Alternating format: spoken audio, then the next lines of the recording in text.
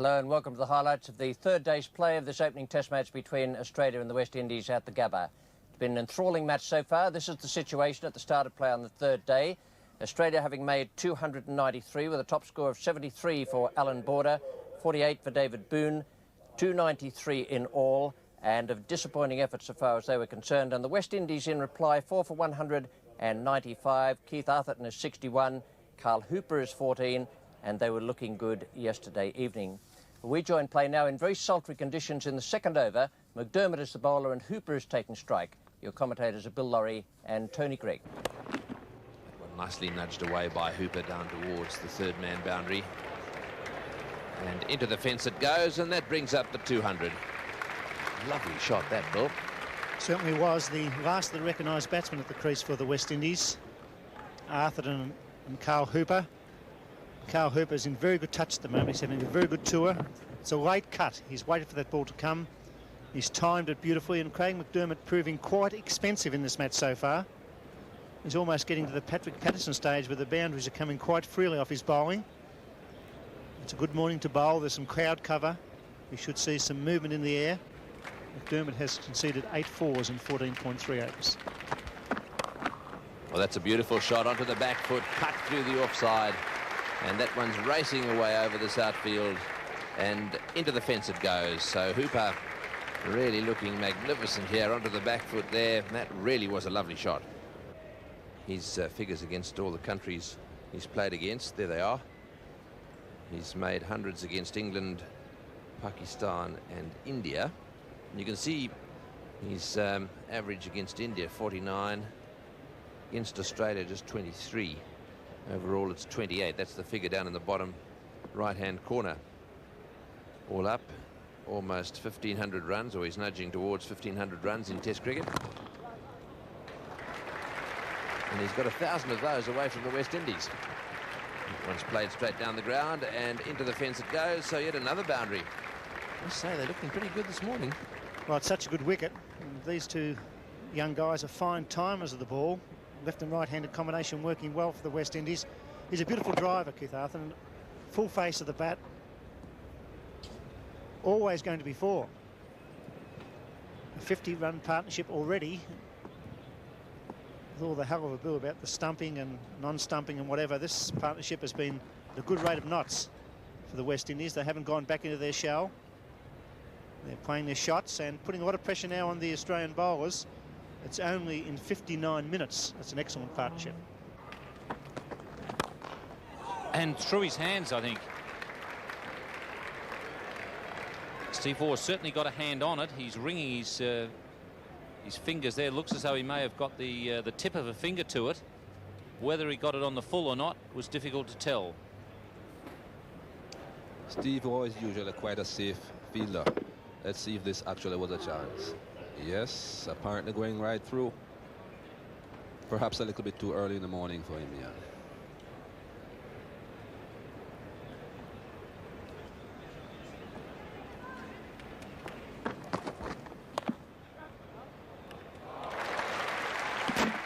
The running has been very good with these two players.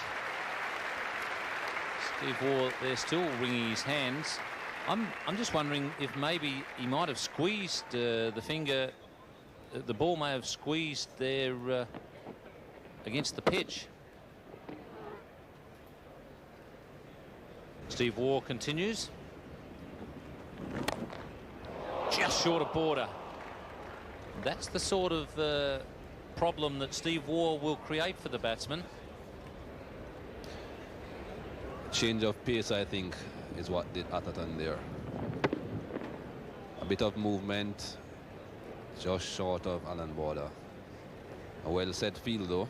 Could have gone to hand.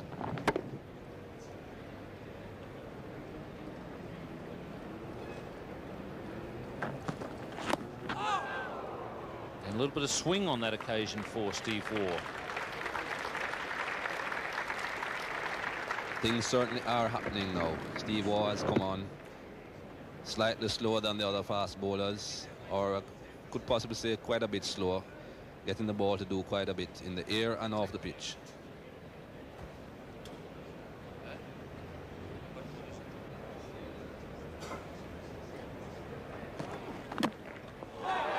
shout there from the fieldsman behind the wicket. Umpire Prue is asking if the ball was caught by the keeper, which suggests that he thinks that it's been edged. Atherton hit the ground. Now, whether he hit the ball as well as the ground, they're asking if the ball was caught by Healy. I think it was certainly caught by Healy.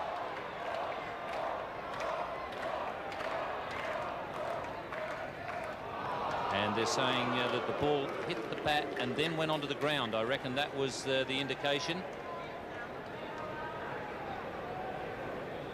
The interesting thing, though, Ian, is exactly when do they mean? If they mean it hit the bat, then the ground, or if it hit the ground before it got to the wicket-keeper. It was certainly caught down there. It's just a matter of whether it hit the bat, then the ground, then went through to the wicket-keeper. I think the replay tells you exactly what happened there, Ian. It went right through to the gloves. I think what the umpire was saying, that the ball passed the bat on the full. I think that's what he was trying to indicate, that it was after hitting the bat it went onto the ground. That certainly didn't happen. Now it's a matter of whether he actually hit the ball. He certainly hit the ground, Atherton. Excellent shot. That's one area where Atherton has really improved his game. His placement is much better than when he was out here during the World Cup. Certainly was a very good shot. It went in the air for quite a while, but very safe. Good shot indeed.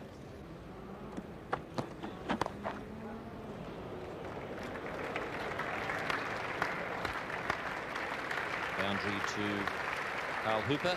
It's 4 for 2, 47. Lovely shot again. Square drive, and that takes him into the 90s.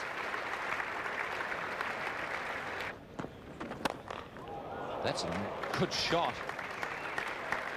Hooper picking the slightly slower delivery.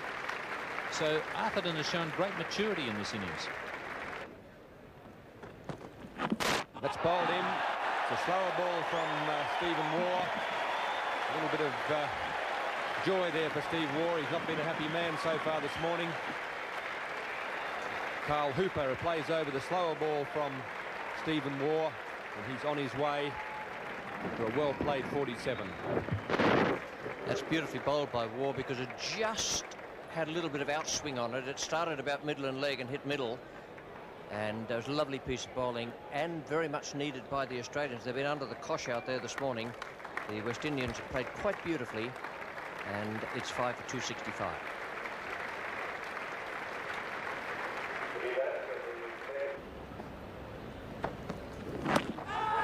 Oh, that's close. Sod's law decrees that the hard ones are always going to go to the same umpire. 5 for 267.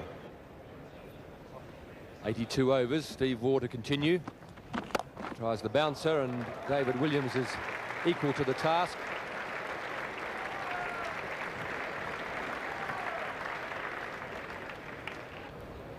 Yes, the new ball was signalled to the scorers around the ground.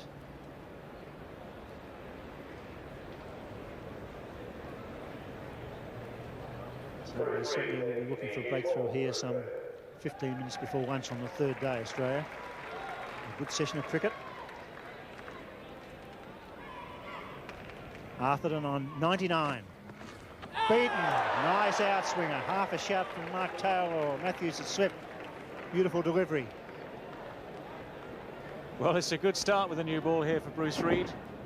Gets this ball to go away from Keith Atherton, and has him fishing, stretching a long, long way outside off stump there, and that's a little bit of the nerves again which Keith Atherton has started to suffer as he's approached this century mark. The one thing you don't want to do is make 99 in a test match when you never scored a test 100. There he goes. That is a magnificent century by Keith Atherton. He's delighted, and rightly so. That could be a match-winning 100. His first test century made under enormous pressure. No wonder he's smiling, and for every man who plays test cricket, there's always this magical moment that they dream of that first Test 100. His teammates are delighted, and no wonder. He's brought them well back into the game. West Indies have prospered ever since Keith Arthurton came to the crease. He's played some fantastic shots in that innings. He's played with great authority, great concentration. Only recently, in the last half hour or so, last hour of play, he started to look for the mark and lost his composure slightly, but now he's got there. It's very important for the West Indies that he keeps his head and carries on. Big shout for LB, plenty of pad there. Don't think there's any chance of a catch. Big Merv coming right arm over the wicket. Merv Hughes thought he'd broken through here. It's through. David Williams hits him on the pad and just outside the line, so a very good decision there. No problems. 2 balls remaining in the over. He gets, oh, and doesn't he play the hook shot well? Straight to ground it goes. Damien Martin coming around, doesn't knock it away. It goes into the gutter. That's a superb stroke. Well, that's nicely played, just past the stumps, straight down the ground. Border doing the chasing, it won't get to the fence. Back comes the throw. Arthurton getting a few quick ones in there. He thought he was in trouble for a second, but he got home comfortably. Oh, that's in the air. This could be out caught. Hughes won't drop it. Straight down his throat. He's got him. He's gone for that little jab pull shot of his. It hit the top edge of the bat, went flying high in the air, and he never looked as if he was going to drop it. It went straight to him, in fact, and he takes them pretty comfortably, as he did there. Well, David Williams, as we West Indians know, is a compulsive hooker. Didn't get on top of that one. Merv Hughes, sure-handed. West Indies lose their 6th wicket. 6 for 293.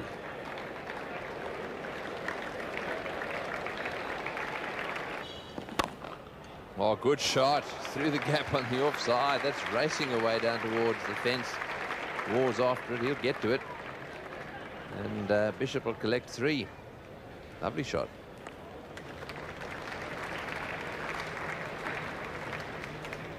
Clouds starting to gather around the Gabba here at the moment.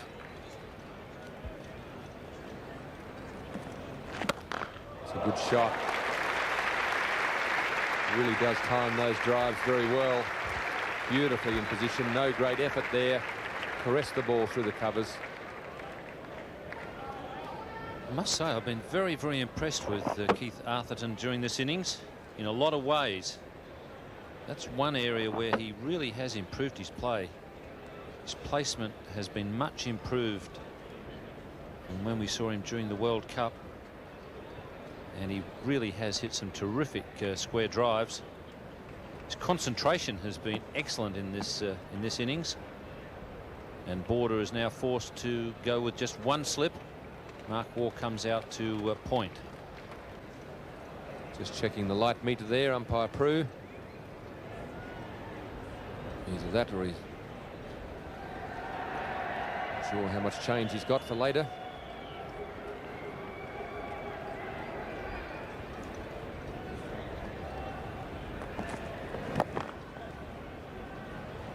The new and experimental law concerning fitness of the ground, weather and light is fairly specific. It says the umpire will only suspend or continue to suspend play for bad light when they consider that there is a risk of serious physical injury to the batsman.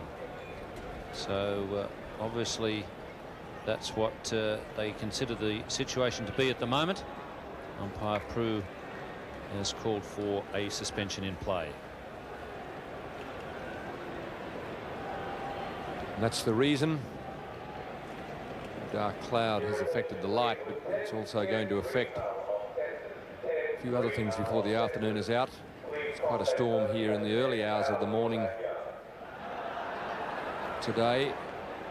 The ground doesn't seem to have been affected by it. The ground staff not taking any risks there. They've got the covers out. And in fact, that looks like the odd hailstorm there. So I would think that was probably a sensible decision by the umpires to get the pitch covered before the bad news hits the ground. And this quite amazing sight here out on the ground. You see them there in the background, the white spots.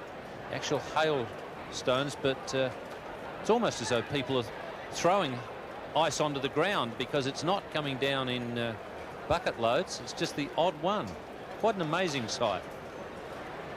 I can tell you, if you think this is amazing, just hang on for a couple of minutes. I think it might get a bit more amazing, because if one of these hits the ground, we'll certainly know it, and you can see by the actions of the ground staff that they know what's coming. They want to get the covers on as quick as they can and head for cover. So if you haven't seen rainfall before, just wait for a storm in Brisbane. And those hailstones are quite big, some of them as big as golf balls, some large marbles. And when they hit, they hurt. Amazing.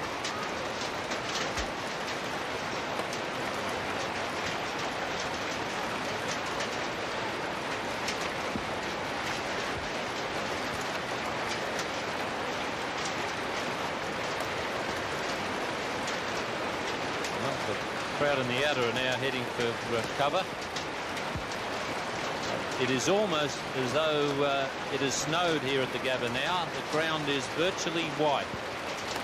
Absolutely amazing sight. Our viewers from the West Indies might be interested. I don't think they see too many hailstorms. That's what we've got here at the moment.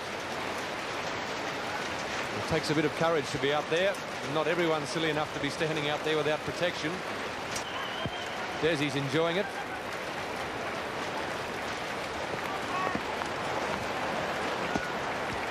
The Australian players sending out some helmets for the ground staff. Dean Jones just doing his job as a 12th man, giving the boys some protection out there. Might be a bit humorous, but quite serious, really. I don't think I'd like to be out there with the hail falling without some protection. That was the die doesn't run. Kevin Mitchell, the curator there. I knew those helmets would come in handy for something.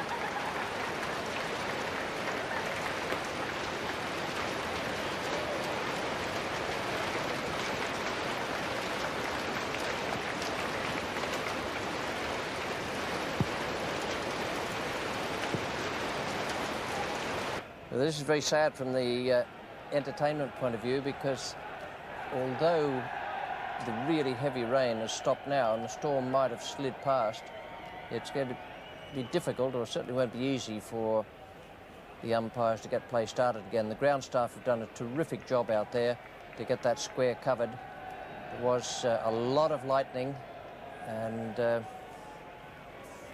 with an eye to some of the tragedies that have occurred recently with lightning up in Queensland, it was a brave move on the part of the ground staff to stay there, the rain belting down and the hail coming down, just in a bid to ensure that the game can get underway at the earliest possible moment.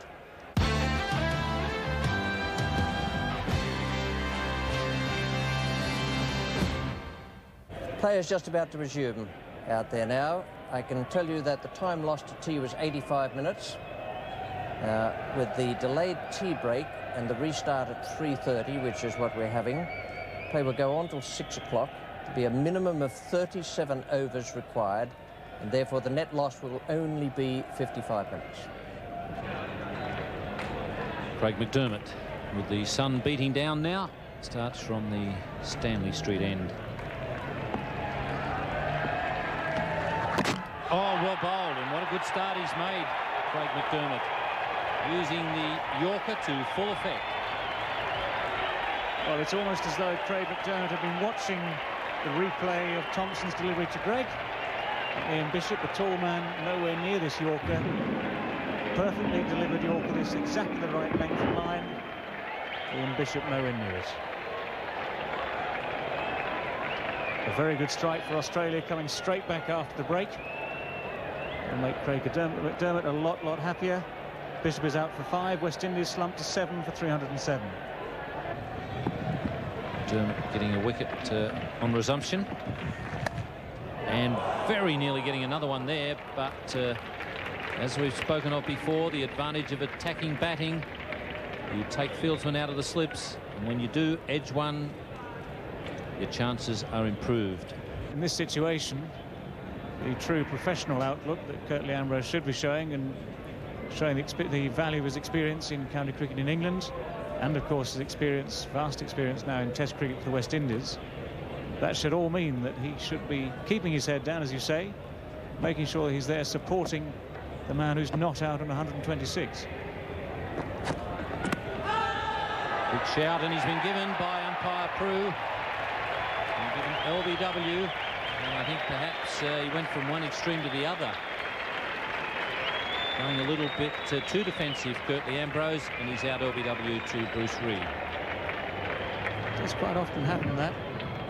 This time Bruce Reid right on target.